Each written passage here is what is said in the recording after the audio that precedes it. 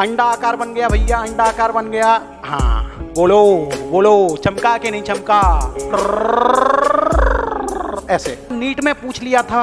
Hello everyone, मैं आपका Sunny sir आज ग्रेविटेशन में केपलर्स लॉ का झिंगा लाला करके दिखाऊंगा। केपलर्स लॉ बहुत इंपॉर्टेंट टॉपिक है जो कि नीट में आता है प्यारे, और इसको आज हम बहुत सारे डेमोन्स्ट्रेशन से समझने की कोशिश करेंगे। तो चलो केपलर्स के तीनों लॉ का झिंगा लाला करते हैं। अपने पास केपलर का पहला लॉ जो है जिसका नाम है लॉ ऑफ ऑर्बिट। अब लॉ ऑफ ऑर्बिट पढ़ना है तो पहले हमें ऑर्बिट बनाना सीखना पड़ेगा, और यहां जो ऑर्बिट की बात हो रही है वो इलिप्टिकल ऑर्बिट है। आपने पढ़ा है ना, सर्कल, इलिप्स, रेक्टेंगल, स्क्वायर, तो उसमें से जो इलिप्स शेप है वो बनाते हैं। तो पहले हम सीखते हैं इलिप्स आखिरकार बनती कैसे है। इलिप्स के दो फोकस होते हैं, एक मैंने ये बना दिया, दूसरा मैं ये इसको खिसका के बना दे रहा हूं, ये दूसरा फोकस, और यहां बाकायदा मैं मेंशन कर दे रहा हूं ये फोकस F1, ये फोकस F2। थोड़ी देर इसको साइड में कर दो। और हमें ये धागा चाहिए, इस धागे से ही हम अपनी इलिप्स का निर्माण कर पाएंगे। तो चलो पहले तो इलिप्स का झिंगा लाला करते हैं। तो अब बड़े ध्यान से देखो, ये इलिप्स बन रही है, अंडा आकार बन गया भैया, अंडा आकार बन गया। हाँ तो अंडा बन गया कि नहीं? तो ये अपना अंडा रेडी। तो केपलर अंकल ने ये बताया था पहले लॉ में कि भाई साहब जो फोकस, एक फोकस पे तो होता है सन, तो ये अपने पास क्या हो गया, एक फोकस पे हो गया महाराज जी सन। और प्यारे बालक, इस सन के अराउंड कोई भी प्लैनेट इलिप्टिकल ऑर्बिट में घूमता है। तो जैसे कि मान लो ये मेरे पास है मेरी पृथ्वी, कोई भी प्लैनेट हो सकता है, पृथ्वी हो सकती है, ठीक है, या कोई भी प्लैनेट हो सकता है। तो यहां पे मान लो मेरी ये अर्थ है, अब ये अर्थ रोटेट कर रही है इलिप्टिकल ऑर्बिट में। अभी रोक दी, रुकती नहीं है कभी, मैंने रोक दी। मान ले यहां आ गई, यहां आ गई, यहां आ गई, यहां आ गई, तो ये ऐसे रोटेट करती रहती है, करती रहती है, घूमती रहती है इलिप्टिकल ऑर्बिट में। तो यही है अपना पहला लॉ, यानी कि कोई भी प्लैनेट सन के अराउंड इलिप्टिकल ऑर्बिट में यदि रोटेट कर रहा है तो वही अपना फर्स्ट लॉ है। तो अंग्रेजी में इसको ऐसे लिखते हैं, आप भी लिख लो, all planet move around the sun in elliptical orbit, in elliptical orbit having the sun at one focus of the orbit। क्या आपने पहले लॉ का झिंगा लाला हो गया? अरे बस इतना सा सिंपल सा लॉ कि सारे प्लैनेट सन के अराउंड मूव करते हैं इलिप्टिकल ऑर्बिट में। अब हमें यहां बढ़िया से समझना होगा आखिरकार ये इलिप्टिकल ऑर्बिट होता क्या है, इलिप्स होता क्या है। थोड़ा सा मैथ समझेंगे कि देखो भाई, इलिप्स के दो फोकस होते हैं, एक फोकस तो ये रहा, दूसरा फोकस ये रहा जिस पे सन रखा हुआ है, और इलिप्स का ये सेंटर है। मान लो ये क्या है, C फॉर सेंटर।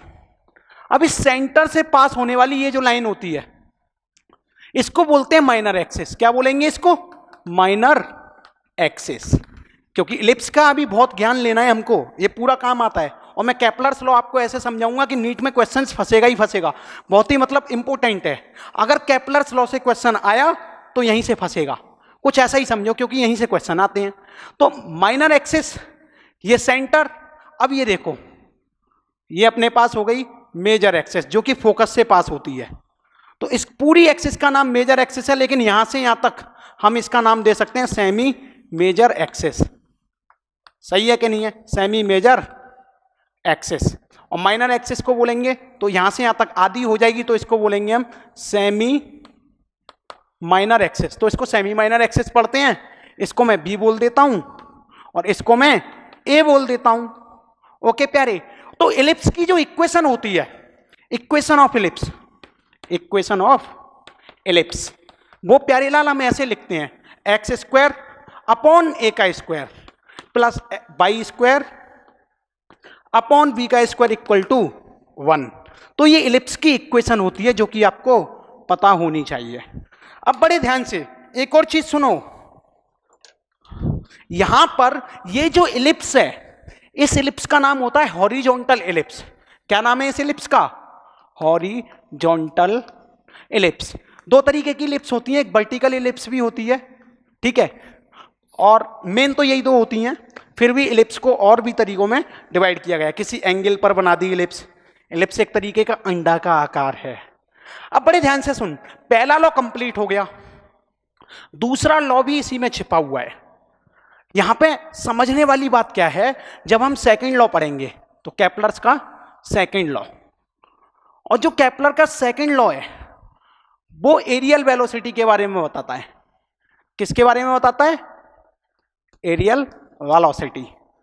अभी मास्टर एरियल वेलोसिटी क्या बला है, और यही लॉ बताता है, या इसी लॉ के कारण हम जान पाते हैं कि घूमती हुई चीज का, जैसे कि यहां पे ये जो अर्थ या कोई भी प्लैनेट रोटेट कर रहा है, मान लो मरकरी है ना, घूम रहा है, तो यहां पे एंगुलर मोमेंटम कंजर्व रहेगा। चलिए हम जानते हैं कैसे। तो अब हम केपलर के सेकंड लॉ पे चर्चा करेंगे। मैं फिर से ये एलिप्स बनाता हूं, यहां पे फिर से फोकस F1 रखता हूं, यहां पे फिर से फोकस F2 रखता हूं, और यहां पे अपना सन चिपका देता हूं। सन भाई चिपक जाओ, तो ये अपने हो गए सन। अब बड़ी ध्यान से सुनना, इस इलिप्टिकल ऑर्बिट में कोई भी प्लैनेट का मोशन होता है तब केपलर सेकंड लॉ क्या कहता है, चलो देखते हैं बड़े प्यार से। मान ले ये मेरी पृथ्वी है, इस सन के अराउंड ये घूम रही है ऐसे, सही है कि नहीं है? अब इस सन की फोकस से ए पॉइंट की दूरी और इस सन की फोकस से बी पॉइंट की दूरी, देखो यहां अगर ये सन की फोकस F1 है तो इस वाले पॉइंट को बोलते हैं पेरीहेलियन। क्या बोलते हैं? पेरीहेलियन नाम है, और इस पॉइंट को बोलते हैं एपीहेलियन। ये याद करना पड़ेगा, मेरे को भी दिक्कत होती थी याद करने में, तो मैंने पता कैसे याद किया, S for sun, P for perihelion, S P SPCT एक साथ रहेगा कि नहीं, तो उसका एस और उसका पी एक साथ रहेगा। तो सन के पास पेरीहेलियन, सन से दूर एपीहेलियन, आप भी याद कर लेना। अभी बताऊंगा ये दो पॉइंट याद करवाने का मकसद क्या है। सोचो अभी यहां सन रखा हुआ है, और अभी ये वाली जो बॉल या ये वाला जो प्लैनेट जिसका मास क्या है प्लैनेट का, एम, ये तो कांस्टेंट ही रहेगा, और इस पॉइंट से ये B1 से चल रहा है। कितनी वेलोसिटी से चल रहा है ये? B1 से। अभी ये सन से R1 दूरी पर है। कितनी दूरी पर है ये? R1 दूरी पर। तो चल चल के मान लो ऐसे चल रहा है B1 वेलोसिटी से, यहां आया, और ये यहां तक आया तो कितना टाइम लगा? T टाइम लगा। तो चलना कहां से चालू किया इसने? यहां से, और चला कहां तक? यहां तक। तो एक लाइन ऐसे खींच लो, एक लाइन ऐसे खींच लो। तो ये जो एरिया है, ये जो एरिया है प्यारे लाल, इसको मैंने बोल दिया A1। क्या बोल दिया इसको मैंने?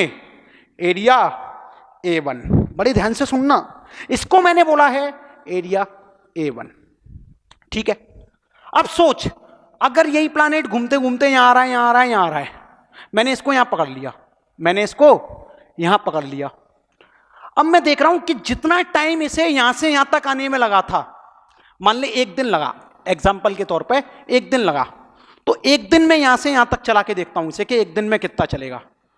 तो एक दिन में ये चल रहा है, चल रहा है, चल रहा है, चल रहा है, चल रहा है, और यहां पहुंचा। तो चलना कौन से पॉइंट से चालू किया? इस पॉइंट से। और पहुंचा कौन से पॉइंट पे? इस पॉइंट पे। तो फिर से यहां से एक पॉइंट ये हो गया, एक पॉइंट ये हो गया। तो ये जो नया एरिया आएगा इसको बोलता हूं मैं A2। क्या बोलता हूं? A2। ये है A1, ये है A2। इसी को बोलते हैं हम स्वाइप एरिया। जितने टाइम में बॉल यहां से यहां तक चली या प्लैनेट यहां से यहां तक चला तो कितना एरिया कवर किया, और उतने ही टाइम में प्लैनेट जब यहां से यहां तक चलेगा तो A2 एरिया कवर किया। और ये A1 और A2 बराबर होगा। A1 और A2 क्या होगा? बराबर। तो इसी को बोलते हैं स्वाइप एरिया। जो कवर किया है सेम टाइम में वो बराबर होगा। अब बड़े ध्यान से सुन, अब बड़े ध्यान से सुन, ये A2 और यहां से यहां तक की दूरी कितनी ली हमने? R2। क्योंकि इस पॉइंट पर वेलोसिटी कुछ और होगी, वहां पे v1 है, यहां पे मैं मान लेता हूं कि v2 होगी, इसकी प्लैनेट की वेलोसिटी यहां पे क्या होगी, v2। तो बड़े सोचने वाली बात है कि यदि a1 इक्वल टू a2 है तो एरियल वेलोसिटी क्या होगी। जैसे डिस्प्लेसमेंट में तुम टाइम का डिवाइड लगाते हो तो वो डिस्प्लेसमेंट वेलोसिटी होती है, ऐसे ही जब एरिया में तुम टाइम का डिवाइड लगा देते हो dA upon dt, dA2 upon dt, तो वो एरियल वेलोसिटी कही जाती है। क्या कही जाती है प्यारे लाल, एरियल वेलोसिटी। तो ये वाली जो एरियल वेलोसिटी है, इसका मतलब ये हुआ कि कितने टाइम में, मान ले 1 सेकंड में जो एरिया स्वैप हुआ है इधर, और 1 सेकंड में जो एरिया यहां पे स्वैप हुआ है, वो एरिया दोनों इक्वल होंगे। और कहने का मतलब ये है, तुम बड़े ध्यान से सोच, तुम बड़े ध्यान से सोचो कि जो एरिया है वो क्या होता है, एरिया क्या होता है, चलो बताओ। मैं तो मान के चल रहा हूं कि ये लगभग ट्राइंगल है, ये लगभग क्या है, ट्राइंगल। तो A1 इक्वल टू A2 है, ये बात हम समझ गए हैं, और ये बात मैं आपको प्रूफ भी करके दिखा देता हूं। चलो पहले तो ये बताओ A1 कैसे लिखेंगे, यहां से यहां तक का एरिया कैसे लिखेंगे, ये बताओ। ये कहीं ना कहीं ट्राइंगल दिख रहा है आपको, सही है कि नहीं है, और ये वाली दूरी जो है वो है R1। तो ट्राइंगल का एरिया क्या होता है, बोलो जल्दी से, अरे बोल दो, हाफ बेस इंटू हाइट। तो बेस को मान लो तुम R1,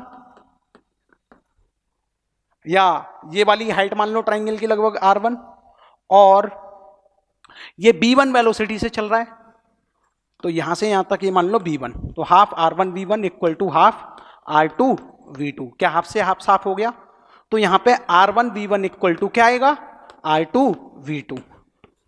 तो इस बात से क्या समझ में आ रहा है आपको कि ये जो दूरी है R1 और यहां से जो दूरी है R2, यहां पे जब ये प्लैनेट चलेगा तो V2 स्पीड से चलेगा, तो उसको लिख दिया मैंने R2 इंटू V2, और इसको लिख दिया R1 इंटू V1। तो यही जो एरियल वेलोसिटी होती है यहां पे, सही मायने में तो उसका सूत्र यही होता है। तो जो एरियल वेलोसिटी है R1 V1 equal to R2 V2, दोनों बराबर होंगी। क्या होंगी, दोनों बराबर होंगी। कहने का मतलब यह है कि यहां पे RB जो है कांस्टेंट होता है, क्या होता है, कांस्टेंट, और B is inversely proportional to R होता है। यही बताता है आपका सेकंड लॉ। सेकंड लॉ कहता है कि सन से जितना दूर प्लैनेट होगा, यानी कि R जितना बड़ा होगा, वेलोसिटी उस प्लैनेट की उतनी छोटी होगी। कहने का मतलब यह है कि जब ये बॉल या प्लैनेट, क्योंकि सन से बहुत ज्यादा दूर है, तब घूमेगा तो धीरे धीरे घूमेगा, मान लो 5 सेकंड में इतना घूमा, सही है, क्योंकि वेलोसिटी क्या है, कम है। अच्छा, क्योंकि ये जो R है, अब ये R छोटी हो गई है, क्या हो गई है, छोटी, तो वेलोसिटी क्या हो जाएगी, बड़ी, इंक्रीज हो जाएगी।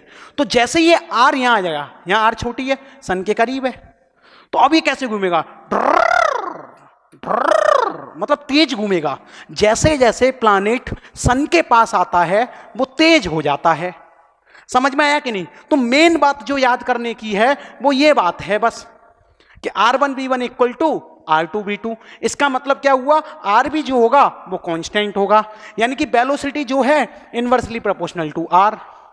प्लैनेट के पास, सन के पास जैसे जैसे प्लैनेट पास आता जाता है उसकी स्पीड और तेज होती है। तो पेरिलियन का मतलब क्या हुआ, एक ऐसा पॉइंट जिस पॉइंट पे प्लैनेट की स्पीड सबसे मैक्सिमम है। पेरिलियन का मतलब क्या हुआ, एक ऐसा पॉइंट जिस पॉइंट पर प्लैनेट की स्पीड सबसे मैक्सिमम है। एपिलियन का मतलब क्या हुआ, एक ऐसा पॉइंट जिस प्लैनेट पे स्पीड जो होती है प्लैनेट की वो मिनिमम होती है। कम ऑन, दोबारा बोलो मेरे साथ। पेरिलियन वो पॉइंट होता है जिस पॉइंट पर प्लैनेट की स्पीड मैक्सिमम होती है। एपिलियन वो पॉइंट होता है जिस पॉइंट पर प्लैनेट की स्पीड मिनिमम होती है। आप समझ गए, और ये वाला रिलेशन आपको याद रखना है। और एक और चीज से सीख सकते हैं ये बात बड़े बढ़िया तरीके से, क्योंकि हम जानते हैं कि एक्सटर्नल टॉर्क क्या होता है, 0। अरे भैया मैं धक्का देने थोड़े ही जा रहा हूं, प्लैनेट को अपने आप घूम रहा है कि नहीं, और घूम किसकी वजह से रहा है, ग्रेविटेशनल फोर्स की वजह से। तो कोई भी एक्सटर्नल फोर्स, एक्सटर्नल टॉर्क नहीं लग रहा है वहां। तो इसका मतलब क्या हुआ कि जब भी एक्सटर्नल टॉर्क 0 होता है, एंगुलर मोमेंटम क्या होता है, एंगुलर मोमेंटम इज कंजर्व्ड। तो मैंने 2 पॉइंट पकड़ लिए, एक पॉइंट ए वाला पकड़ लिया, एक पॉइंट मैंने बी वाला पकड़ लिया, एक पॉइंट ए वाला पकड़ लिया, एक पॉइंट बी वाला पकड़ लिया। तो जो पॉइंट ए पर एंगुलर मोमेंटम होगा, क्या वही एंगुलर मोमेंटम बी पॉइंट पर होगा? अरे मैंने जब घुमाऊ इफेक्ट को, यानी कि टॉर्क को 0 कर दिया, तो कंजर्व कौन रहेगा? Angular momentum. तो ए पॉइंट पर जो एंगुलर मोमेंटम होगा, क्या वही एंगुलर मोमेंटम बी पॉइंट पर नहीं होगा? जब ये दोनों एंगुलर मोमेंटम बराबर हो जाएंगे, और किसी भी पार्टिकल का एंगुलर मोमेंटम का फॉर्मूला क्या होता है? L equal to M B R perpendicular. इस प्लैनेट का मास है m, और ये इस पॉइंट पर v1 वेलोसिटी से चल रहा है, और फोकस से, यानी कि एंगुलर मोमेंटम हम कंजर्व कर रहे हैं, किस पॉइंट के अबाउट कर रहे हैं ये भी जरूरी है। Angular momentum is conserved about the point where sun is fixed, या ऐसे पॉइंट पर जहां पर सन रखा हुआ है, या इस पॉइंट को क्या बोलोगे आप? फोकस टू बोला है ना, तो फोकस 2 के अबाउट हम एंगुलर मोमेंटम को कंजर्व कर रहे हैं। तो क्योंकि हम जानते हैं L इक्वल टू होता है एम बी आर, और आर परपेंडिकुलर लेते हैं और वो फिक्स पॉइंट से लेते हैं, तो इस फिक्स पॉइंट से परपेंडिकुलर दूरी कितनी हो गई? जब ये B1 ऐसे चलेगा तो वो हो जाएगी R1, तो इसका हो जाएगा MB1 R1 angular momentum. LB, जब मान ले ये प्लैनेट घूम के इस पॉइंट पे आया, इस पॉइंट पे आया तो B2 वेलोसिटी से चलेगा, और फिक्स पॉइंट से दूरी कितनी है? R2, तो इसका एंगुलर मोमेंटम कैसे लिखूंगा मैं? MB2 R2। बोलो चमका के नहीं चमका? किया जिंगा लाला? अरे M से M काट दो ना, तो B1 R1 equal to V2 R2, बचा कि नहीं बचा? तो यही तो है आपका सेकंड लॉ, एरियल वेलोसिटी। यही बताता है कि एंगुलर मोमेंटम जो है यहाँ पे कंजर्व रहेगा, क्योंकि एक्सटर्नल टॉर्क 0 है। और केपलर अंकल ने भी यही बताया कि जैसे जैसे सन के करीब कोई भी प्लैनेट आता है, उसकी वेलोसिटी बढ़ जाती है। तो ये रिलेशन आपको याद रखना है, इसके ऊपर क्वेश्चन आते हैं। अब चलो चुटकी बजाते ही थर्ड लॉ सीख लेते हैं। थर्ड लॉ, कौन सा लॉ सीखेंगे अब हम? थर्ड लॉ, सी वाला, केपलर्स थर्ड लॉ। और बड़े ध्यान से समझेंगे, ये जो थर्ड लॉ है ना, ये टाइम के बारे में बताता है। किसके बारे में बताता है पैरेलल? टाइम के बारे में। अब मैं थोड़ा सा एक अजम्पशन लेता हूं कि मान लो ये मेरा सन सेंटर में रखा हुआ है और प्लैनेट यहां पे रिवॉल्व कर रहा है। पहले समझो, अजम्पशन से समझो, फिर से मैं आपको इलिप्स के ऑर्बिट पे ले आऊंगा। तो मान लो ये मेरा सन रखा हुआ है, ये मेरा प्लैनेट है, और ये दूरी कितनी है? r। कितनी है दूरी? r। तो कहने का मतलब ये है कि अगर ये पृथ्वी या कोई भी मरकरी या और कोई प्लैनेट इसके चक्कर लगा रहा है सन के, तो वो किसकी वजह से लाएगा? ग्रेविटेशनल फोर्स की वजह से। और ग्रेविटेशनल फोर्स क्या होता है? g।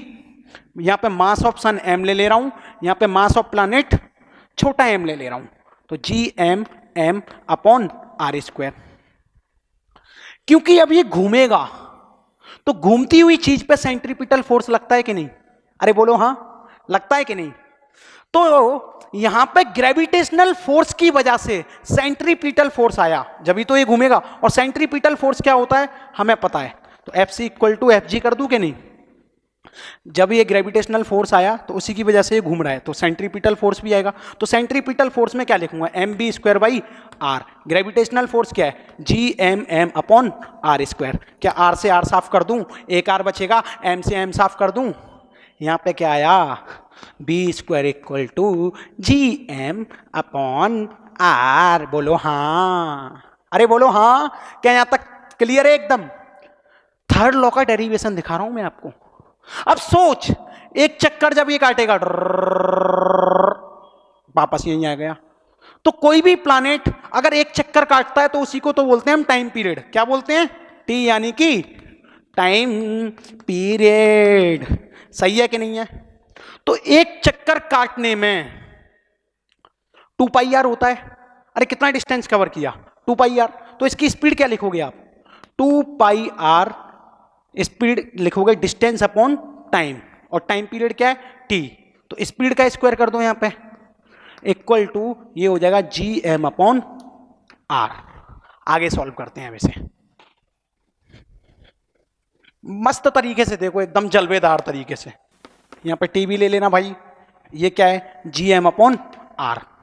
अब इसका स्क्वायर करेंगे तो क्या आ जाएगा 4 pi square r square upon T square equal to gm upon r। क्या आर आर एक साथ ले लो तो यहाँ पे हो जाएगा 4 पाई स्क्वायर r क्यूब और ये हो जाएगा gm अपॉन टी स्क्वायर। सही है कि नहीं है? ओके, टी स्क्वायर वहाँ पहुँच गया, r यहाँ आ गया। अब मेरे को gm जो है नीचे लेना है, तो ये आएगा 4 पाई स्क्वायर अपॉन gm, यहाँ पे आएगा तुम्हारा r cube equal to T square. अब बड़े ध्यान से सोचो, ये पूरा का पूरा कांस्टेंट है, क्या है कांस्टेंट के, तो इस कांस्टेंट को हटा दो और T square is directly proportional to R cube. ये है थर्ड लॉ, ये है थर्ड लॉ, थर्ड लॉ यही है। और ये तीसरा लॉ कहता है कि भैया कोई भी प्लैनेट अगर सन के अराउंड घूम रहा है ढर्र ढर्र ढर्र, तो उसका जो टाइम का स्क्वायर होता है वो डायरेक्टली प्रोपोर्शनल होता है रेडियस के क्यूब के।